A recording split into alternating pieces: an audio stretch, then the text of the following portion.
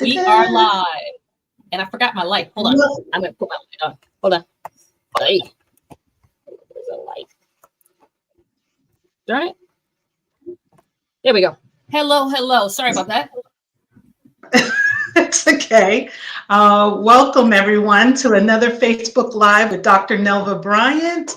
I am Greta Russo, and this is, of course, Dr. Bryant. And we're here on a special episode because it's not our usual time. We are at 3 o'clock in the afternoon, and to fit our international friends in, we try to get on at other times where you can join us. Let us know if 3 o'clock is a good time, or if you want to, if you prefer 1. But Dr. Bryant, before we jump into things, please introduce yourself to everyone.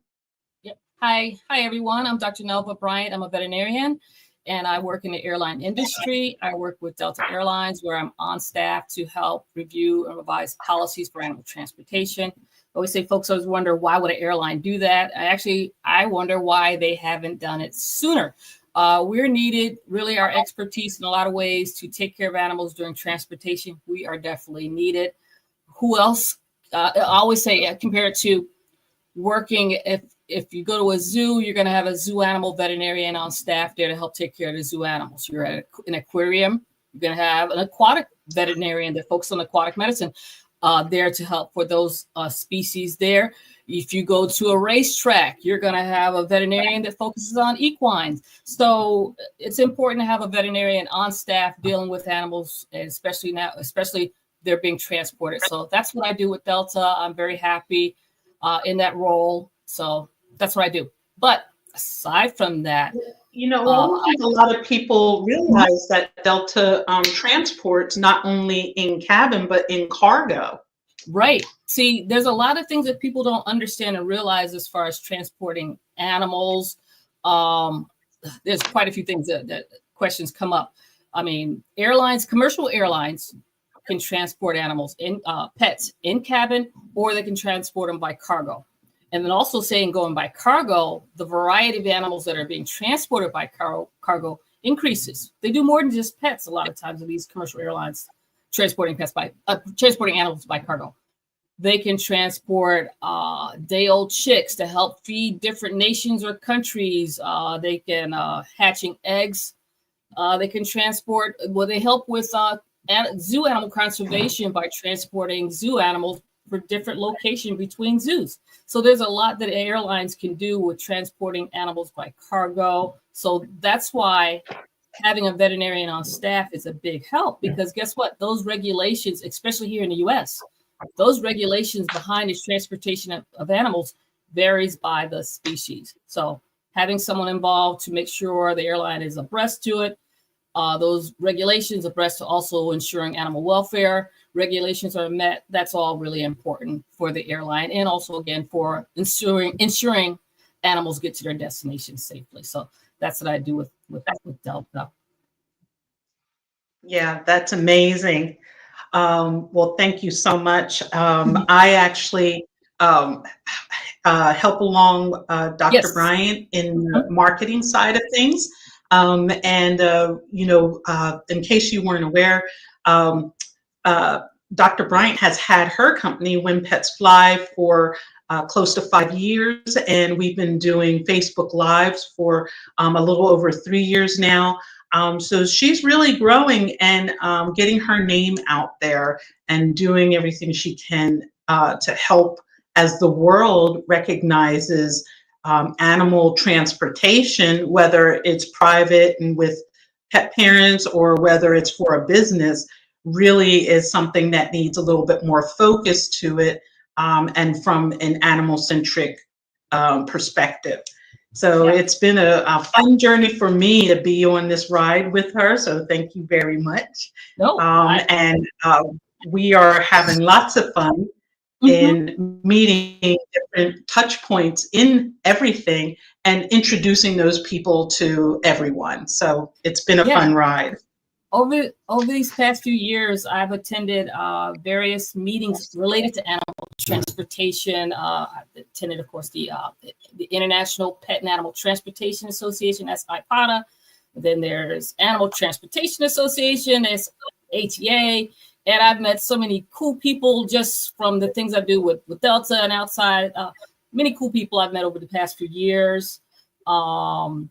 And what I do with the Facebook Lives is actually I try to share or introduce these individuals to everyone here. So as I say, there's different stakeholders in the animal transportation industry that you probably didn't even know they existed, but they're extremely important for ensuring animals get to their destinations safely. Now, one of the main things that I talk about, or I feel that we need in the United States, because we're here based in the United States. I'm in Atlanta. And I would say, to me, in our country, in the United States, we need to have more animal facilities on airport grounds. I like to highlight folks that other countries that have it. We only have one in the United States. That's the ARC at JFK, and we've introduced folks within that a couple of times over these past few years. And they'll be coming back again this year, the ARC at JFK, to share more information about what they're doing. But today, I'm really excited because I'm going to share information about another location. It's not in the United States. It's in London Heathrow. And I'm just excited that my good friend that I met through IPATA, through ATA, she decided to join us and share in her country what she does and the importance of having animal facilities on airport grounds. So I just think it's so cool to have the opportunity to meet all these different and interesting people to share what they're doing, and again, how they impact animal transportation. So I love it. Absolutely. Before we bring Susie out and introduce her to everyone, I just want to say real quick, well, first, happy Valentine's Day. So I hope everyone is receiving love and light out there in the world.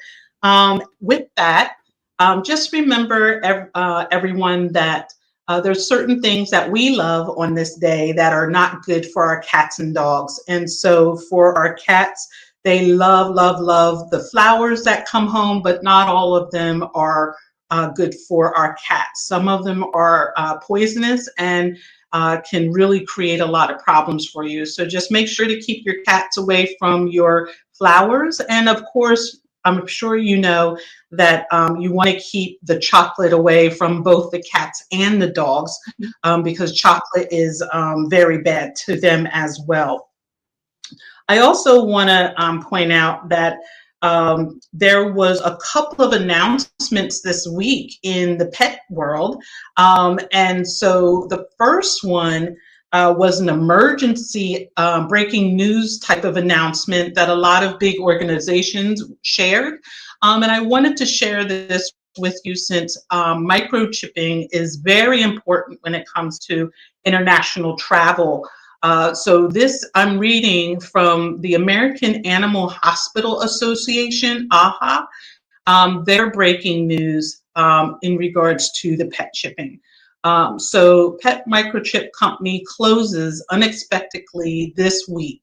Texas-based pet microchip provider Save This Life has shut down abruptly, raising concerns among pet owners and veterinarian professionals.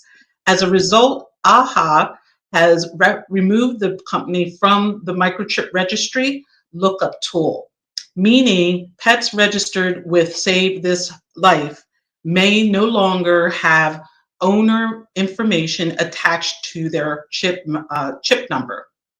What should pet parents do? First, have your pet's microchip scanned at your veterinarian clinic. Second, use AHA's microchip lookup tool to check the registration status. And number three, if your pet's chip was registered with Save This Life, re-register with a new provider ASAP. Veterinarians, consider reaching out to the clients with Save This Life chips to guide them through the process. So everyone, you know, especially if you're traveling international, this is a huge deal and something that you really want to take care of right now so it doesn't slip your mind later on. Definitely. Definitely. Thank you for sharing that, because you really want to make sure it's really for animal identification purposes, period. If you get the microchip, definitely make sure you get them registered. With this news break, please re-register if need be, if you need to. Extremely important, just again, for animal identification if they get lost, and also if you're traveling internationally, that microchip is going to be extremely important for identifying your pet too as well. Yeah, because it's mandatory to travel throughout Europe or anywhere in the world. You have to have a microchip. So, well, it's that time. Let's bring on Miss Susie and introduce her to everyone. So let's bring her up. Hi, Susie. Hi, Susie. Now, if you can hold on for 1 second, Miss Susie, I'm going to read your bio to introduce you, and then we will get into it. So Susie is the Assistant Director for Animal Health and Welfare for the City of London Corporation. The City of London has statutory responsibility for the health and welfare of animals imported into Heathrow Airport and for illegal imports across London. The team operates Heathrow Animal Reception Center, the UK's only all-species live animal border control post, to deliver excellent services to airlines and agents whilst fulfilling its statutory role protecting public and animal health. Susie is also a wildlife inspector for the Animal and Planet Health Agency, specializing in reptiles and aquatics. Her favorite days at work usually involve consignments of hazardous species, multiple horse arrivals, or just watching the team solve the everyday challenges to reunite pets with their families. Everyone, please help me welcome Susie Pritchard.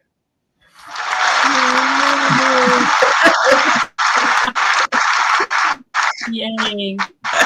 Oh, thank you for having me. Yeah, love it. I'm so happy to have you here, Susie. I've been wanting to have you on here for some time. We've met years back. I haven't seen you here. I haven't seen you at a meeting in a while, but I'm going to get back into going to the meetings again. But I'm so happy we met over these past few years, and happy you're here with us today. Yeah, absolutely. Thank you. Yeah. Be good to see you again soon, I hope. Yeah.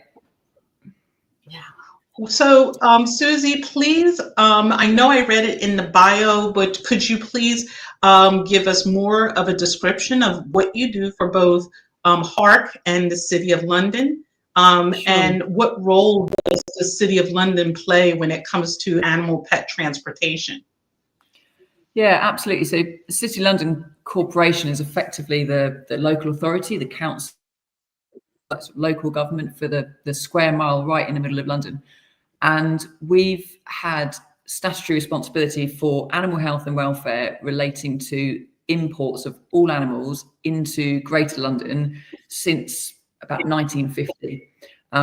So what that means is any animals that are smuggled into the Greater London area are our responsibility to deal with. And since 1977, we've had the facility at Heathrow Animal Reception Centre, to help us fulfil that duty, just because of the huge volumes of animals that come into Heathrow every year. So we've had that. We also have a team that works alongside us that are responsible for, specifically for working with vets to pick up, illegally smuggled puppies into London, which is an issue not necessarily through Heathrow, but being driven in from Europe. So we have a team that do that work as well, and they also carry out licensing inspections of activities involving animals, business activities, so pet shops, riding schools, dog breeders, dog and cat boarders, zoos, that kind of thing. So our service is 90% of our service resource is at Heathrow Animal Reception Centre running that border control post, but we also have a team that does a lot of work across Greater London as well, and not just at Heathrow. So yeah, as you sort of introduced, it's the UK's only all species border control post. So we are there fulfilling our legal responsibility as the local authority for that area in relation to imports. That's awesome. Question for you. Wow, that's a lot. Yeah, it's a lot. So obviously it's a big deal, because my first question you're saying is, how often does London deal with people smuggling different animal species into, to the area?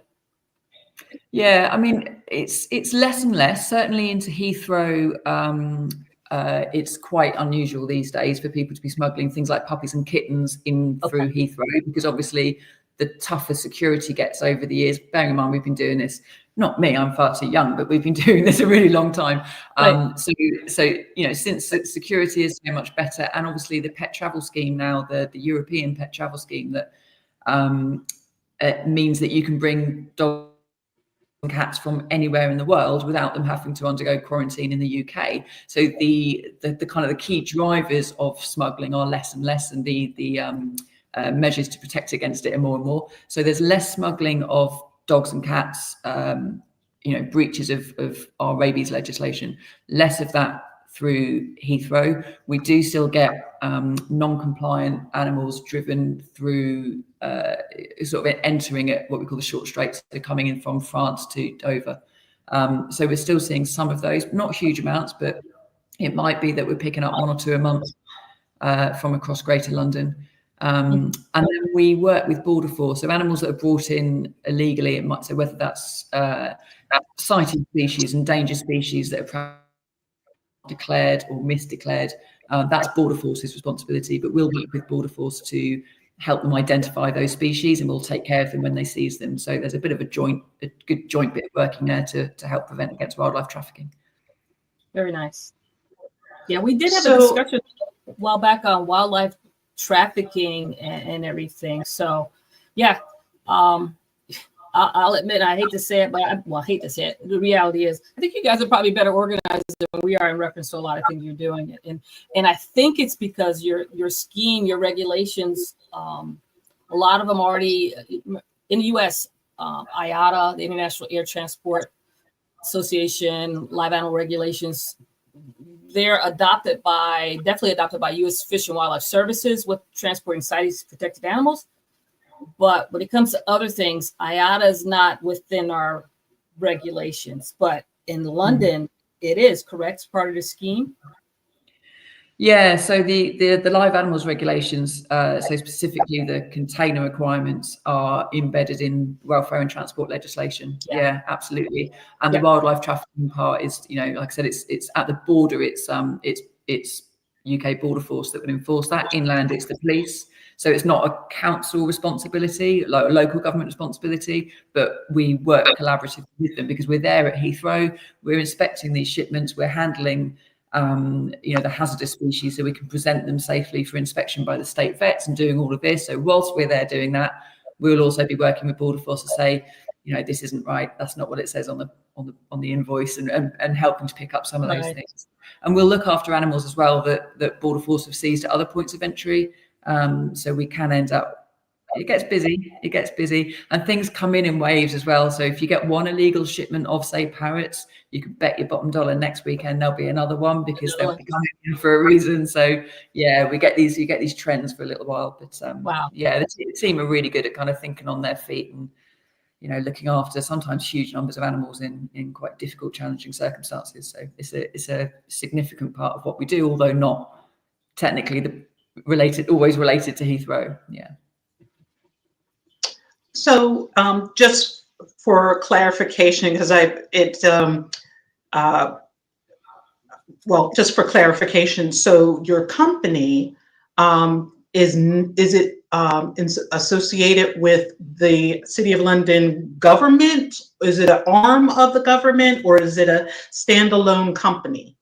No, it's actually a service within the council. So we are the Animal Health and Welfare Service, in the same way that you have environmental health trading standards. It's because it's all local authorities, all local government have these responsibilities for animal health and welfare. We just do it in a really big way because we've got responsibility for the whole of Greater London, and that includes Heathrow. So it's a branch of the council. And that's what we do. So it's not a separate trading arm. We operate Heathrow Animal Reception Centre to help us fulfil those statutory responsibilities. And it's just over the years, it's evolved from a quarantine kennel where we can temporarily hold animals that are brought in. We're also an approved pet travel scheme checker, so we're approved by central government to be checking those non-commercial movements of dogs and cats coming in. So it's evolved from that, from a border inspection post to a European, that border control post. So we just, because of the volume of stuff that comes in at Heathrow, you need to be able to do everything, because it might be coming in, it might be a dog coming in as a pet, or it might not be accompanied by its owner, and therefore it's a commercial movement. Mm-hmm. Again, we get all the reptiles, all the fish, all the horses. So yeah, you never know what you're going to get. So if you're set up to be able to process and handle and provide those services to airlines and agents and everybody else, we can be doing our statutory bit off the back of that as well. Yeah, it's very interesting. Because what makes it a little bit different, Greta, for others to know, what makes it different, see, you sound like it's an arm of your government to doing all this. When I mentioned the ARC at JFK, they're not actually a part of our federal government or anything like that. They're just like a standalone facility. They do have some sectors with it where they help with horses and quarantining, but that's a different section of it. But they're not intertwined with U.S. federal government, say USDA, animal welfare, U.S., all these different, they're not associated with them directly. So, but I love it that the federal government, in a sense, your government has developed this. That's right. And it's local government rather than so we've got central government with our and then so our local government, our local council bodies.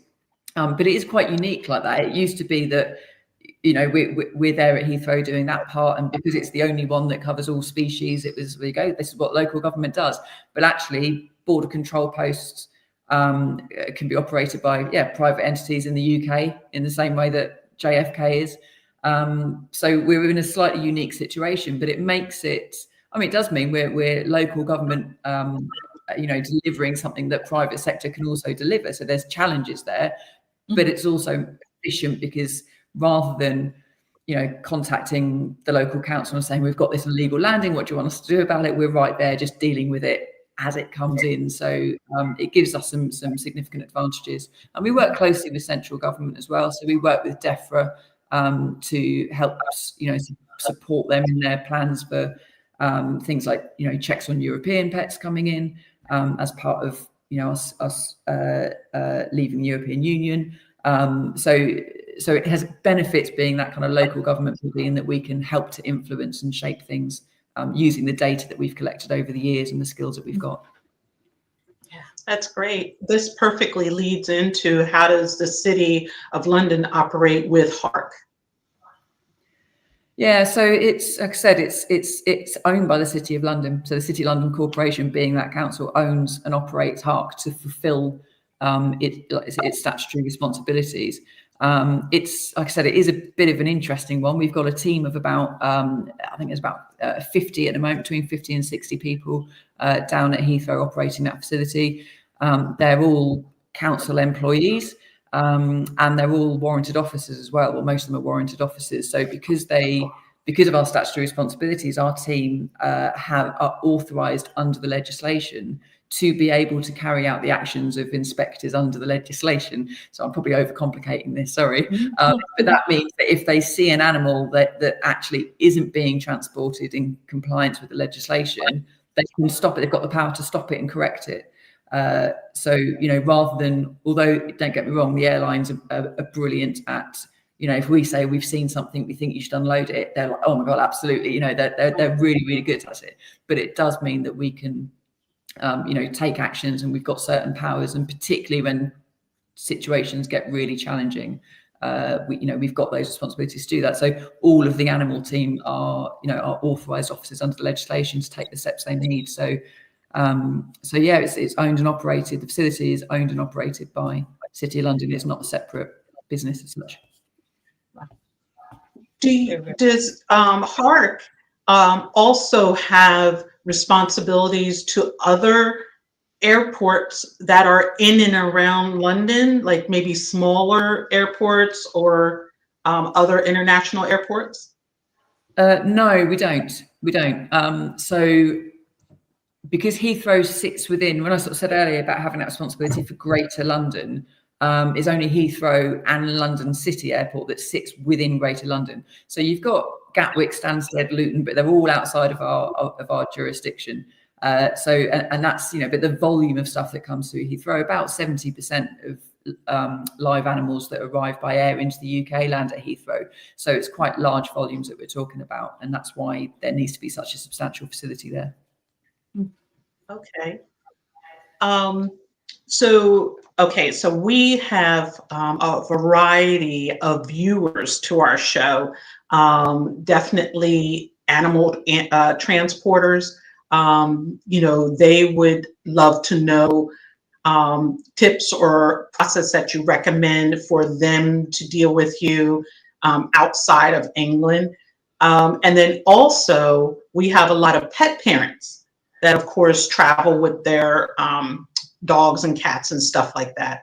And so are you able, to those two audiences, are you able to give tips for, efficiency or best to travel through Heathrow and not have to end up in your office? Yeah, absolutely. Or come to my office. I'll make you a cup of tea. It's right. We'll have a chat. It's fine. There's a couple of things you mentioned earlier that I think are probably really key. One is that, you mentioned about airlines moving animals in the cabin and as cargo. And actually our UK rules, certainly that happens all over the world, but our UK rules don't allow animals to come into the UK in the cabin, so as baggage. So you can't, not as excess baggage in the hold and not as cabin baggage, unless it's a recognised assistance dog.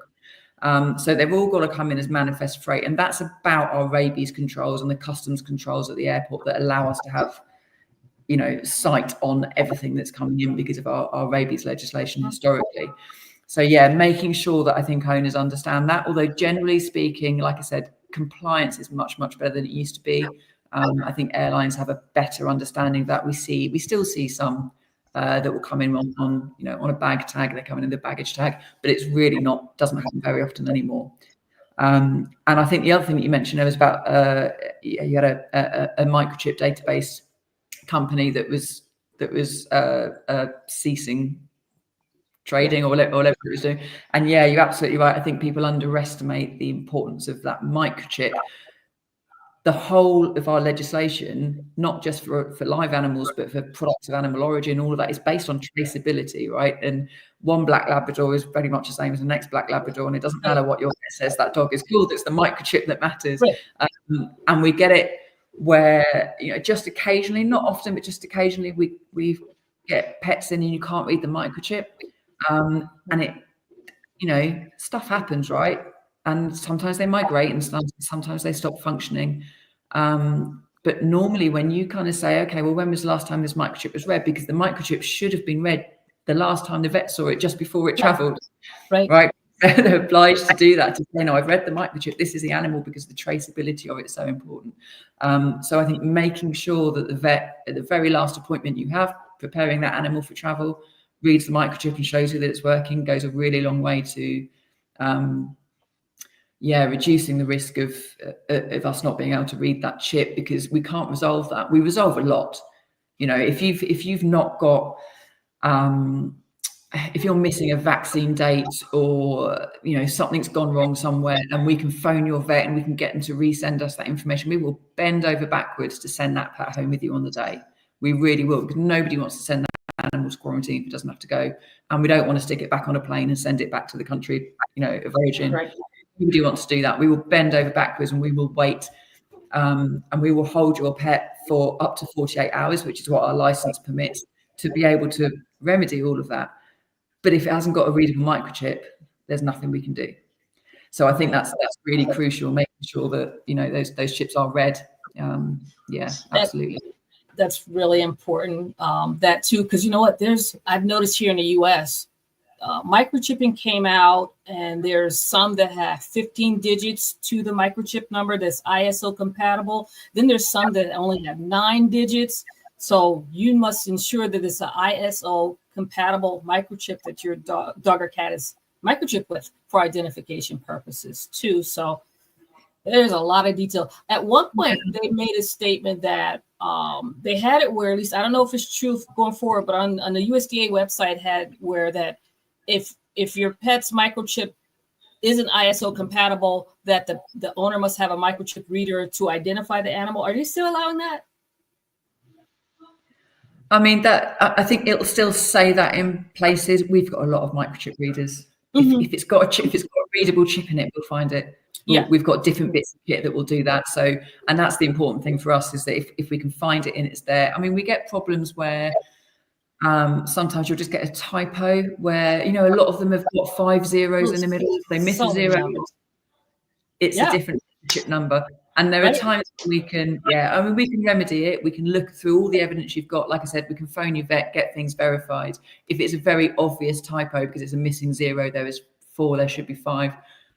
Then we'll work and we'll do whatever we can. But if it's completely the wrong number, and we have had it before where it's that those records actually relate to the dog that the family lost last year, and they've not updated it. You get all sorts of reasons why it can go wrong, but like I said, the whole thing hinges on that traceability. So making sure that the chip number is right in the animal, it's right on all the records, it's right on the supplementary evidence, it's right on your health certificate. Right. Yeah. It is becoming more prominent now in the U.S. where people are like microchipping. So when you travel internationally, it's required for the documentation and now the return back. They're also checking to ensure, or coming for the first time to the U.S., the microchip is going to be extremely important for allowing entry. So, it's becoming extremely important. Yeah, absolutely. And I say we're pretty pragmatic about solving problems however we can. Right. And I think if people are worried, we're there 24/7. I'm not suggesting that the team want constant phone calls all through the night, because they might like to get their heads down for a couple of hours, because it does get pretty busy overnight. But we're more than happy to speak to people that are in the process of shipping their pet or thinking about it and planning how that's going to work, because it's absolutely nerve-wracking. It is. I've never done it, but I've as far as completing documentation for people traveling, all the different tests, the rabies. Folks don't realize when you leave the country, as far as we're saying, we're talking about microchipping. You have to microchip and give the rabies vaccination on the same day, or if you give the rabies vaccination first, then microchip, you have to redo the rabies vaccination again. And it has to be either the same day as the microchip or after. And a lot of folks don't understand why. I've even had fellow veterinarians saying, what difference does it make? I don't know what difference does it make, but if that's what the country rules and the scheme says to do, that's what we need to do. So absolutely, and it's that traceability, because you're right, from a practical point of view, the dog knows that that's Rover the Labrador that belongs to Mrs. Pritchard, whatever it is. The vet knows this stuff, but actually from a legislative point of view, if it all hangs on traceability, that vaccine was given to a random black Labrador. Not that vaccine must be associated with that microchip number. So if that microchip number doesn't exist, the rabies vaccine doesn't count. So it is logical, but it should be a simple. Well, thank you for explaining that way is perfect. You're right. It's totally right. It makes total sense of doing it that way and everything. You have to have the animal identified first, then get it, and then it's valid going forward. So perfect. Yeah. Thank you for that. Thank you for that. What are the pain points? Well, like you said, it validates. Yeah. Like you said, it validates. Trying to think of now, is what you just discussed, is that needed in England? Sorry, I missed that. What you just discussed, is that something that's needed in London? That's Europe. Yeah. That's Europe. It's all the sort of same rules across Europe. We haven't changed ours since we left European Union. Any veterinary treatment only counts if it's been given after the microchip implantation, or the date it was read. So sometimes we'll get it where we don't know what date the microchip went in, because maybe it's a rescue animal or something like that, or it moved between homes. So I don't know what date it was microchipped. But as long as the vet says, I read this microchip on the 14th of February and I vaccinated it on the 14th, 15th, whatever. So yeah, that's throughout Europe. Wow. Okay. Yeah. What are some other things? I'm sorry. Go ahead. I was just gonna. Like I said, that as far as the microchipping and rabies vaccination, that's really new for the U.S. because I can think of all the times vaccinated. Throughout my career, vaccinating puppies, giving the rabies vaccination, and at the time, microchipping wasn't the thing to do. So you didn't microchip until later, and no one ever thought to say, as far as the rabies vaccination, or actually, you know what? It goes back to really traceability, as you're saying. Traceability with your personal pets is not big here in the U.S. Traceability for agricultural animals and what's going on with that, that's big. But when it comes to pets, there's no traceability. That's something that needs to be developed. And actually, we don't routinely vaccinate for rabies. So it makes sense how, if you're routinely vaccinating for rabies in the States, then it would make sense that your puppy's vaccinated, and then maybe later on we think about chipping it for transport. But we don't routinely. So when you have a pet in the UK that someone's looking to move abroad, it's probably already chipped, and if it's not, they chip it and then they rabies vaccinate it. But I can see how, if that's part of your normal healthcare routine, that can quite easily happen. And one of the other big things is the following the manufacturer's instructions. That sounds like a really obvious thing to say, but you have to administer the rabies vaccine according to the schedule that's approved by the manufacturer. And so if that's a vaccine that has a 1-year primary booster, if it doesn't have that booster and you went straight to 3 years, it's not valid. And it's not valid. Yeah, that's an awful one. Yeah, especially if you've got like 9-10 years worth of vaccine history, but it didn't have a booster after the first one. Right. No, you're totally right on that. And the interesting thing about that, and Greta, what we're talking about there is the fact that if you follow there's a point in time when you vaccinate your pet against rabies that you can actually have the vaccine. It could be a 1-year vaccine or approved to be a 3-year vaccine, but it cannot expire. Like, say the vaccine was due today, and if I would have given it today, it could last, when I give it, it could last for 3 years. But if I wait till a few days later after today, say tomorrow, it's expired at this point. So now if I give give it another rabies vaccination, it's only valid for 1 year. So, and there's a lot of people that mix that up following the scheme. Yeah. And if it's had 3-year vaccines, and like I said, the vaccine, the most recent vaccine has been within a year, then we can call that the primary. So, you've got ways of being able to go, okay, but it's not more than a year old, and therefore we could call that, microchip and then primary vaccination, but you must have another one within that. Yeah. And it's just tricky because they're not all the same. Right. Yeah. So that's probably all of these rules apply to cats and dogs, or is this just all for dogs? Cats, dogs, and randomly ferrets. Ferrets. We don't get very many ferrets, but yeah, pets. The non-commercial movement of pet stuff in Europe is cats, dogs, and ferrets, because you get more movements of ferrets within Europe.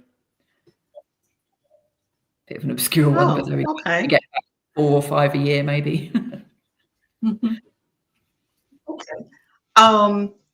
So let's see. Okay, so I'm a pet parent, and my dog and I want to come visit my Aunt Bethel over in London. So is the first place I should go is Park's website, or is there another place I should go? Is there a list of to-dos? What should I do in order to make sure my dog doesn't end up in your office? But yeah, I mean, our whole facility isn't just for illegal stuff. It's a control post. So hopefully it is going to come to my office, because we will be processing it there and then reuniting you with your pet outside the office.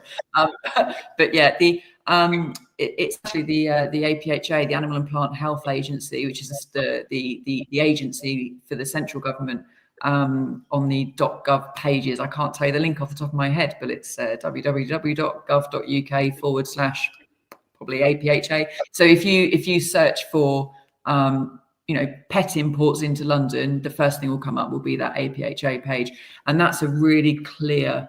There's a lot of information on there, but it's quite clearly laid out how I need to prepare my pet before bringing it into the UK. So that's a really good starting point.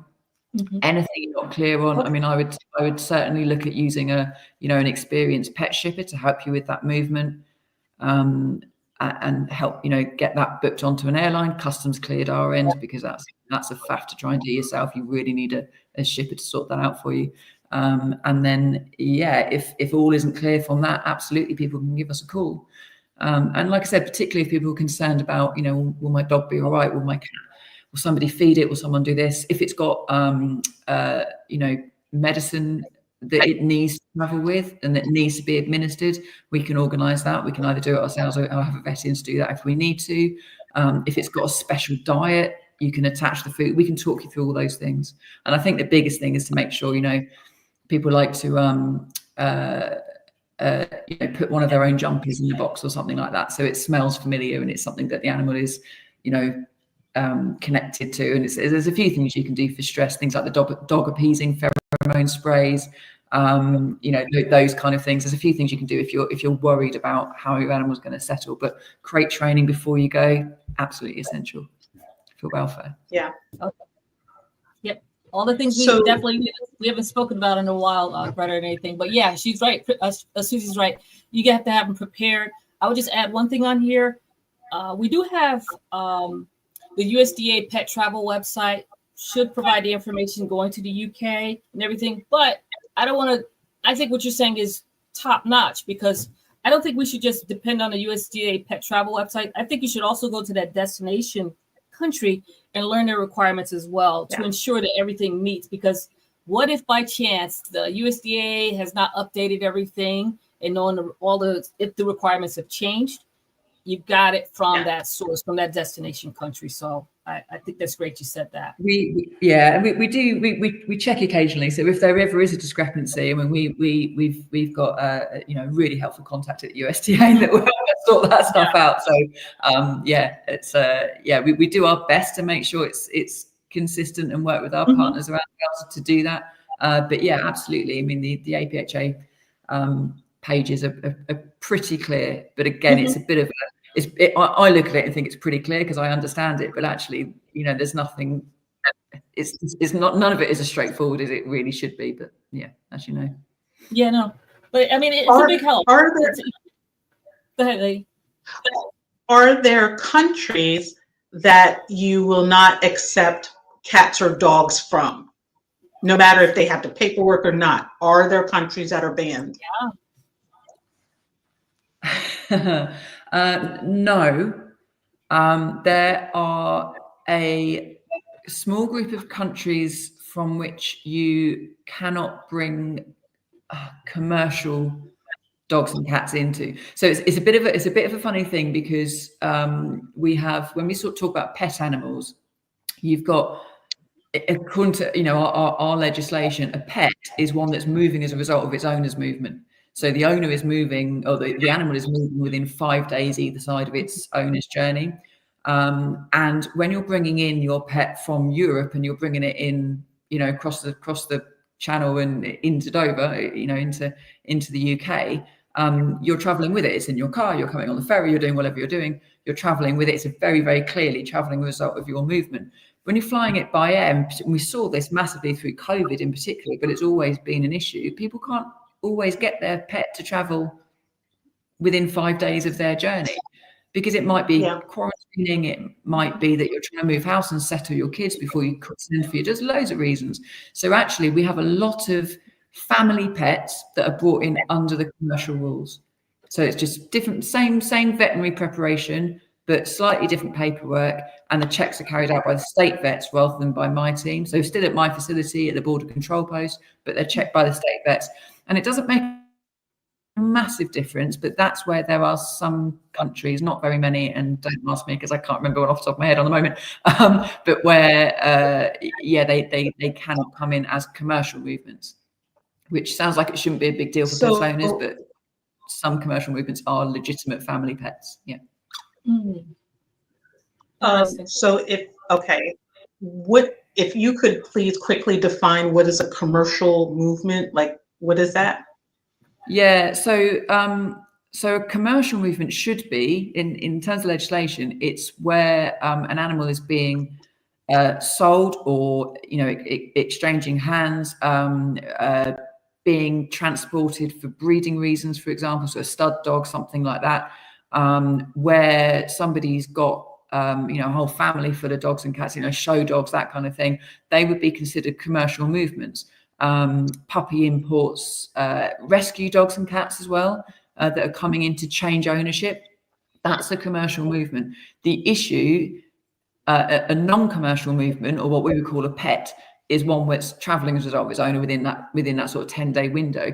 The issue is that when you're bringing it in by air, lots of people cannot travel at the same time, or can't get their pet to travel within that window that you've got. So it might be it might be your 10-year-old spaniel that's been in the family forever, and it's moving because you're coming to the UK for work or whatever it is. But if it's not traveling within that window, it ends up being brought in as a commercial animal, and it's not a problem. But in terms of, can they come in from every country? Almost every country, yes. We have something here. I don't know if you're aware of this, but in the United States, there's they don't allow, well, I'll just say commercial shipments. They're restricted as far as Egypt in the U.S. Being a high rabies risk country. There has been issues with them in the past, and CDC has kind of banned a lot of that. Not saying personal. I'm not sure about personal pets, but I could tell you as far as the dogs for adoption, sale and adoption, stuff like that coming from Egypt, there's been a ban on them because of past rabies outbreaks with them coming into the U.S. And they even identified some falsification of documentation as far as rabies, and then they broke with rabies. So there's some issues here with that in our country regarding that. Don't know if you guys have ever experienced anything like that. Yeah, I mean, generally it doesn't result in, well, we haven't seen it resulting in kind of a ban. So if you've got a higher risk country in terms of rabies, it doesn't mean that, we haven't seen those kind of, bans on imports from those countries as such. Yeah, we do get areas where we'll see fraudulent blood tests are a bit of a problem.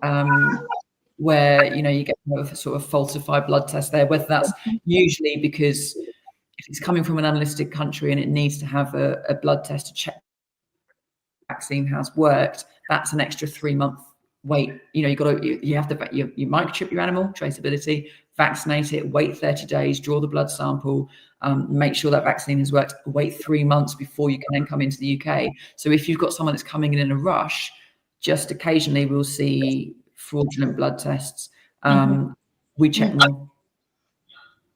So, we'll contact the labs, and if we might not do it on the day, we'll send them all off on the day and check them all. But if we get, contact later on saying, no, this is a fraudulent blood test, this doesn't relate to this animal, then we contact the local authority in that area.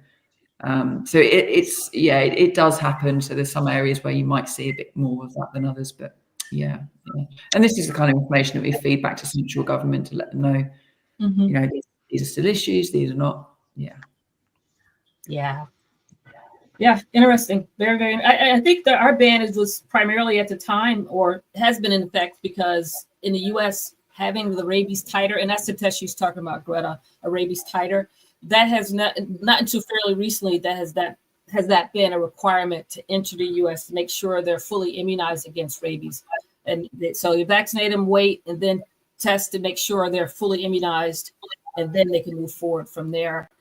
It's just, like I said, fairly recently that it's been a requirement to come to the U.S. Prior to that, it wasn't. So their way to stop it is just ban. It's terrible to say ban a whole country in a sense because of what past things, but things are changing now. CDC has improved their regulations, and we'll see how it goes. Okay.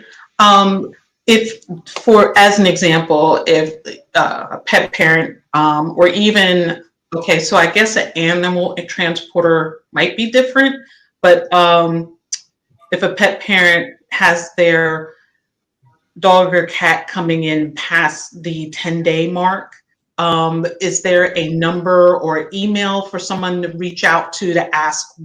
I'm assuming your site has the difference between commercial and pet. And then once they read that, is there someone that people can reach out to ask, what should I do? Or can you clarify this to me? Yeah, absolutely. So I'm trying to think off the top of my head what the APHA site looks like, but if it's the preparation is the same, the veterinary preparation is the same. Chip it, vaccinate it, blood test it if you need to, all the rest of it. But it's the type of paperwork that it comes in on. So if it's a commercial import, i.e., either it's changing hands, it's a puppy for sale, it's whatever it is, it's a rescue animals, or you can't travel within, your pet's not traveling within that window of your travel, you don't have proof of your own travel, we will ask for that too. If it's coming in on commercial paperwork, then it needs to be checked by the state vet. So there's that slightly different process. You have a common health entry document, a CHED, that needs to be validated. So there's just an extra process and a slight extra cost. It's not huge, but there's an extra cost associated with bringing in a commercial movement. But yeah, that's where you need to follow the import guidance on the APHA.gov website, because that will tell you need to make an entry here, you need to let us know it's coming, as opposed to if it's a pet animal, like an accompanied pet, then book it on the airline, it'll go to the pet checker, and we are an approved pet checker and also a border control post, because just to make this really complicated, you didn't ask, I don't know why I'm adding this bit, but pets don't need to go to a border control post. It just so happens that we are both facilities in one building, and for airports that's really important, because you don't know whether it's coming in as a pet or commercial half the time, so because they're coming from all over the world. But yeah, it's just a slight difference in the paperwork and in the notification, and a slightly higher cost to bring it in as a commercial pet. Yeah, or commercial animal. I shouldn't say pet, that's not a thing. Yeah. I got a question. Okay, so I have seen how people have pet passports, and they're the cutest thing in the world, but they're only in Europe. So do we get those through your organization, or do the doctors give them out, or how do I get one? You can't. It's an EU thing, and we Brexited. So they're issued by European vets. But we are, sorry, I say that because obviously, sorry, they're issued by vets in the European Union, and not by us, Adam. It's not too political, but it used to be that we were part of that, and we would issue the lovely, and they are cute little blue books, right? But yeah, not anymore. So, but if you're in Europe and your dog or your cat, ferret, resides in Europe, then an EU vet can issue that for travel. Oh, okay. But so does that have any importance or value that when people go to Europe, they should definitely try to get one, go to a Europe veterinarian because if they're going to travel, they need it, or is it more of a vanity thing? No, the animal has to be residing in that European country. You can't kind of tourist get in theory, you shouldn't be able to anyway, kind of tourist get a passport. The benefit of the passports was that it's a single document and you just get it updated. So it's kind of, once you've got it, it's a bit more straightforward and it's cheaper and all the rest of it. Effectively, you're doing the same thing now. The preparation is the same, the number of vets visits are the same, but you have to have a health certificate that's only valid for that journey. So it's not more difficult. It's just you just don't get a cute little blue book anymore that you get to update. You've got like that kind of single document. Really, there's nothing. Have a cute little blue book. Make your own. Just make sure you've got a proper health certificate too. Okay, then then if I go to different countries in Europe, do I have to meet those requirements? How do I know I meet those requirements for the different countries in Europe? I hope I'm saying it correctly. So generally, the rules are the same. There's slight difference over some countries where if you're moving between Europe, you might not need the tapeworm treatment for dogs, but generally the rule. And if you're residing in Europe and moving between them, then you'll be able to get that passport and go between. But yeah, our rules are still consistent with Europe. Okay. I'm trying to think. It makes it difficult here in the U.S. because when we travel, we have to have the international health certificate for them. In every country we go to, they have to have another international health certificate for that particular country. So if there's any variations or difference between those two, well, you can't do one health certificate that says I'm going to. And I'm sorry, I feel so out of order when it comes to saying Europe and the different countries there. But say if I want to go to Scotland and I want to go to Ireland. For the U.S., we have to have an international health certificate for both of those locations. So if I had a passport, would I be able to go between those two areas with that passport? So if you had a passport, you could travel throughout Europe with that one document, updating it and keeping it valid as you go. Yeah, so you could do that, but from the States, you're right. You need a health certificate for each one. And then that's only I think there's I think there's something that you can do to use it for a certain period of time, right? But I'd have to double check that because we're not looking at those. I think the health certificate itself is valid for like maybe either. I want to say 30 like days. You can do with it, but in practice, you need a new certificate if you're going to be, wow. flying and we need a passport system here in the U.S. Basically, Greta. We need a passport system. Passport, absolutely. Then the main thing is that you've got that prep right. Because then you can not only you can get your certificates to go where you need to go, but also if something goes wrong with paperwork, it can be resolved. If the order of preparation wasn't right, there's nothing you can do to fix that other than stay in your country of origin and wait it out and do the right prep. Right. But we miss passports too. Yeah. I thought they were like regular passports where you just get them stamped. So I thought they were for dogs. So I apologize. I was not thinking of them as what they really are. Yeah, I mean, we get lots of very cute different types of vaccine booklets as well, where people have styled them out with a little passport photo of the dog, which of course is meaningless because traceability is about the microchip, not about the photo.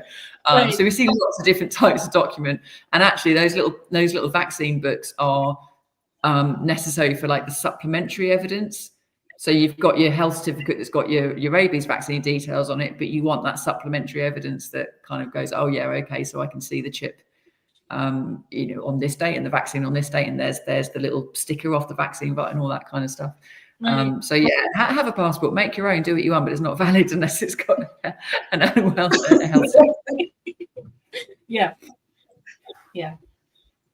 No, sounds good. This was an amazing conversation that went by so fast. And we don't usually get international people on.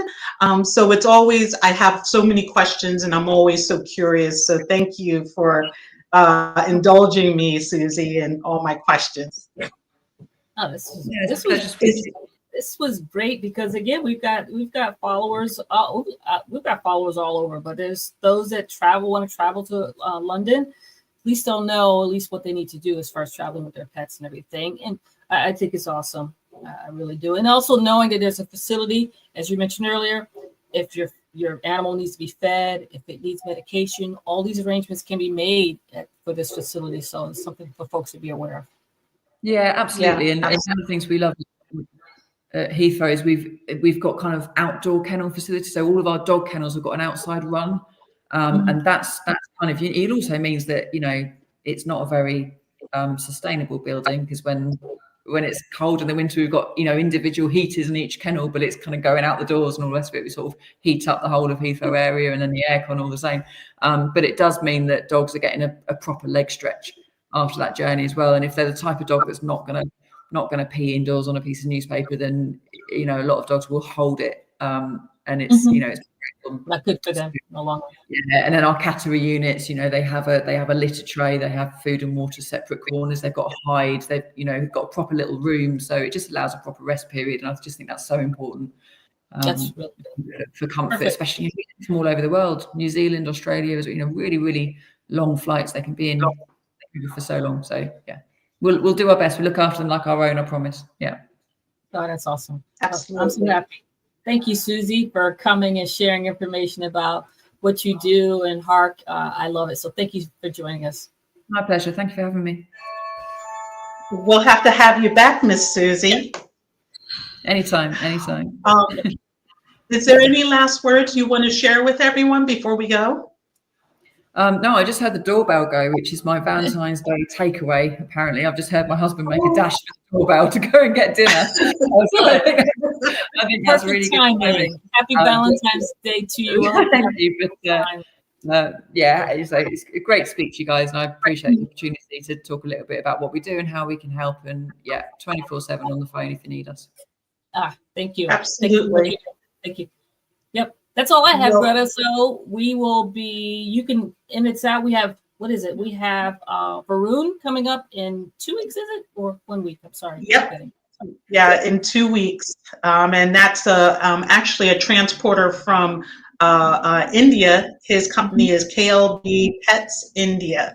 So that'll be a great conversation as well. Yeah.